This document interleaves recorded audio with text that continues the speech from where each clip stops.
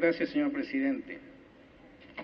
He escuchado con atención el debate que lleva varias horas sobre este proyecto de ley y los planteamientos que trae el ministro del sector de Energía y Minas.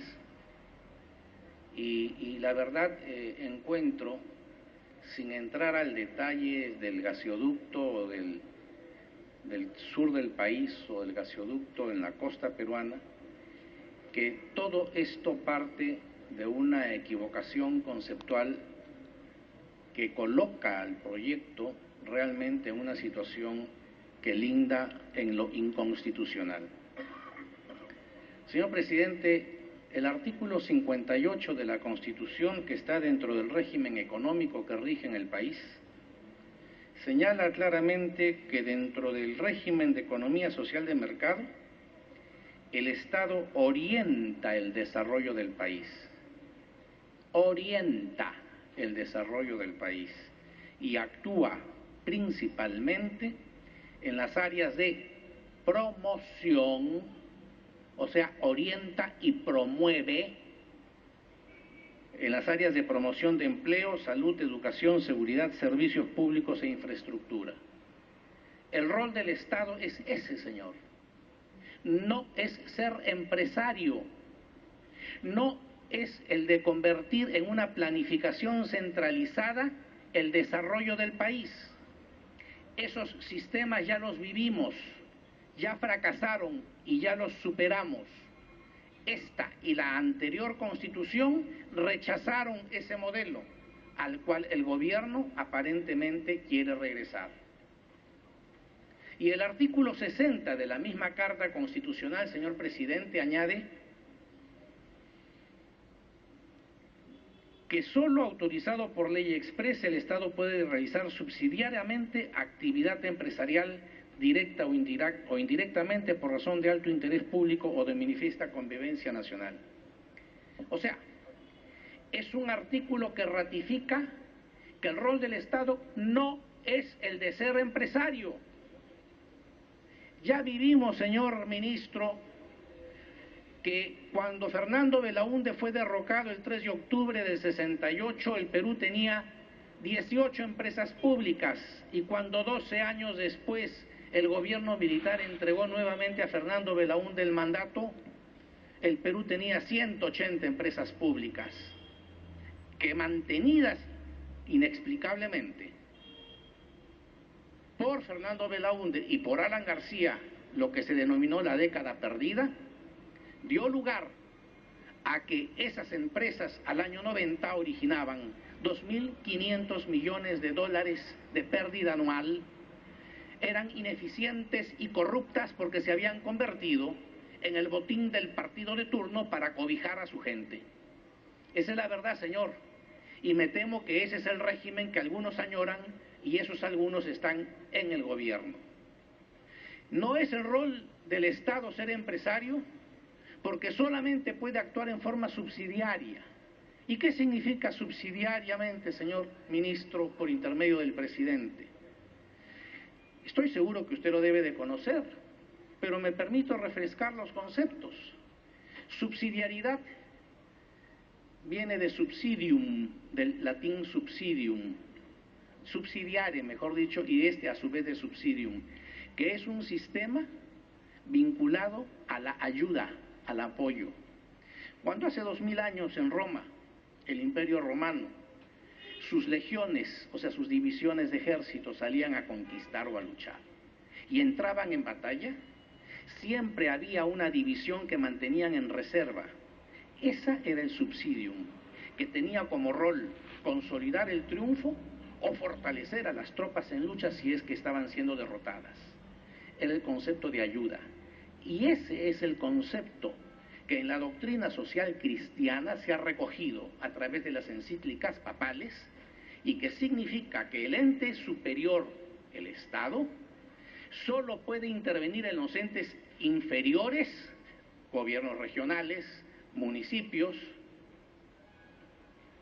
cuando estos son incapaces de cubrir algunas de las funciones que les son inherentes. Y esta intervención del ente mayor debe tener determinadas características: ser temporal, solo en absoluto caso de necesidad, y no anular o enervar la autonomía de los órganos que transitoriamente han sido intervenidos mediante este apoyo. En consecuencia, si el sector privado sí es capaz de desarrollar estas tareas, sí es capaz de desarrollar el desarrollo energético, ¿por qué esa tentación permanente del Estado de intervenir? Tentación, señor presidente, que no solamente se da, como en este caso, en el sector de energía y minas, sino que además lo vemos extendido a otros sectores. El pasado 28 de julio, el presidente de la República anunciaba, por ejemplo, el fortalecimiento de ENAPU, una de las empresas públicas más corruptas que ha habido en el país, que originó que el puerto del Callao fuera uno de los más atrasados, caros, ineficientes y corruptos en el mundo entero, en que los barcos se pasaban el Callao porque era imposible ser atendidos. ¿Queremos regresar a eso? ¿Queremos fortalecer eso? ¿No escuchamos en el discurso presidencial de asunción de poder también hacer mención a que se iba a restituir una línea aérea de bandera? Ya no tuvimos en su momento líneas aéreas de bandera que fracasaron.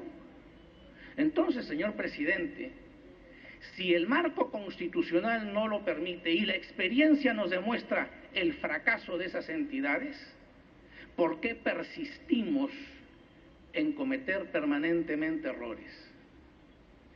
Pero el segundo aspecto, después del conceptual, señor presidente, que quería abordar, es un tema importante que no ha sido mencionado ni por el señor ministro en su exposición inicial, ni por ninguno de los parlamentarios. El proyecto de ley que estamos analizando, porque no estamos todavía en el debate del proyecto de ley, todavía no ha sido dictaminado por la comisión pertinente, es un proyecto que contiene dos aspectos. Uno, que es el que ha motivado 5 o 6 horas de atención de los señores parlamentarios, el gasoducto, llámese el de la costa, llámese el de la sierra. Pero hay otro aspecto fundamental que contiene este proyecto de ley, señor presidente. Soy consciente que me están pidiendo interrupción. Quiero terminar mis ideas, señor. Gracias. Decía que hay otro concepto fundamental que está desarrollado en todos los artículos iniciales y que es todas las modificaciones que están planteando respecto de lo que denominan la seguridad energética, para lo cual entonces todo el sistema eléctrico lo ponen patas arriba. Y esto es grave, señor presidente, porque en esto también se están cambiando las reglas de juego. En esto también se está creando la inseguridad jurídica que el Perú requiere para concertar confianza en los inversores y desarrollar así el país. Veamos, señor presidente, y si me pueden apoyar con un cuadro que he pedido que me pongan. Este cuadro representa las inversiones en materia del sector eléctrico en los últimos años. Han sido entre el año 95 y el 2001 11.392.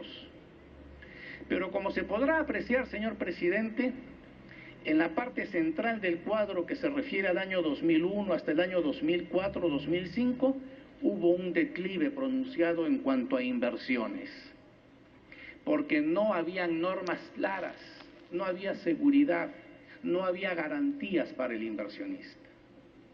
Y entonces, con buen criterio, el gobierno de ese entonces, del señor Toledo, negoció durante 3 años entre el Estado, el sector privado y el Congreso de la República.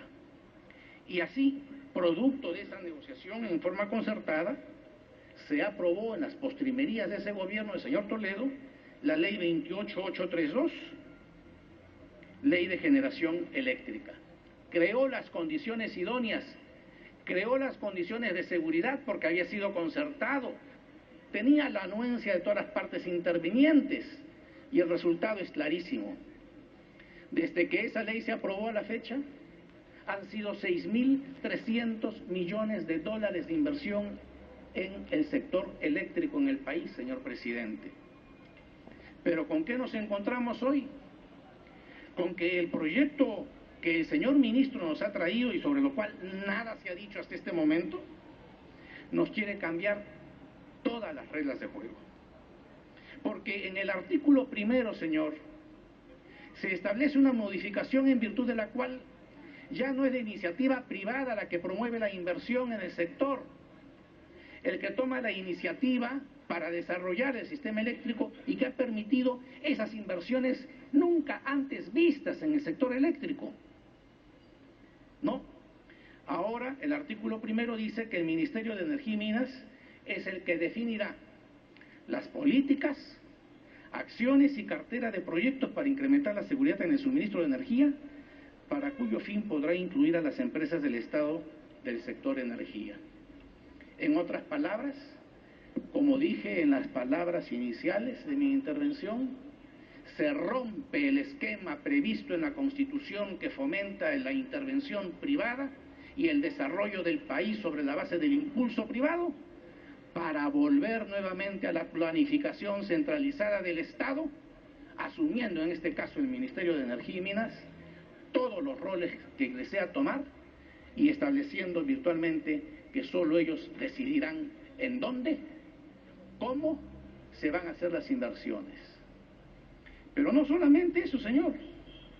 Lo más grave es que al amparo de la ley que se dio en las postrimerías del régimen del señor Toledo, se estableció un mecanismo que permitía que las empresas pudieran contratar mediante subastas en licitaciones a largo plazo por 20 años. Y en virtud de esas garantías en estos 6 años de vigencia de esa norma, es que se han hecho las inversiones a las que he mencionado anteriormente. 6.300 millones de dólares. Hay algunos proyectos que están culminados, pero hay otros muchos que están en ejecución, que están todavía desarrollándose, que se están construyendo. Y se ha invertido con la garantía del Estado basado en una ley que establecía cuáles eran las reglas de juego. Hoy en día se cambian esas reglas de juego. Hoy en día se establece que como el Estado es el que va a determinar por sí y ante sí dónde es que se fomentan y se favorecen los desarrollos eléctricos en el país, solo los nuevos proyectos que al amparo de esta ley, si es aprobada, se desarrollen, contarán con los beneficios de poder participar en esas licitaciones a largo plazo por 20 años. Solo si se adecúan a las normas que la misma ley está estableciendo. Si los proyectos o iniciativas que se presenten en el futuro no se adecúan a los parámetros que la ley fija, entonces no gozarán del beneficio de poder participar en licitaciones a un plazo de 20 años, discriminando así entre la denominada inversión nueva al amparo de los parámetros que la ley fija versus la inversión vieja, o sea, la que se realizó al amparo de la ley 28832.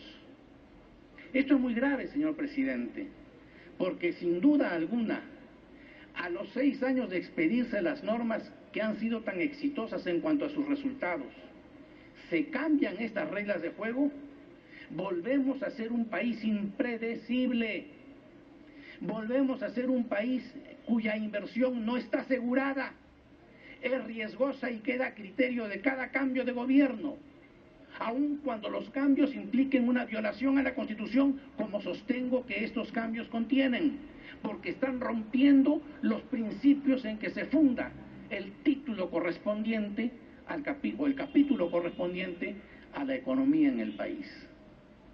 Sobre esto no he escuchado nada de exposición del señor ministro, nada de ninguno de los señores parlamentarios. Muy legítimamente, los parlamentarios que representan a la zona del sur del país han centrado sus críticas y sus opiniones en la problemática de la zona que ellos representan, con el gasoducto pertinente. Pero esta ley contiene este otro capítulo importante que un poco está pasando de soslayo, sino de contrabando. Y esto es muy grave. Señor Pari, me pide una interrupción, señor.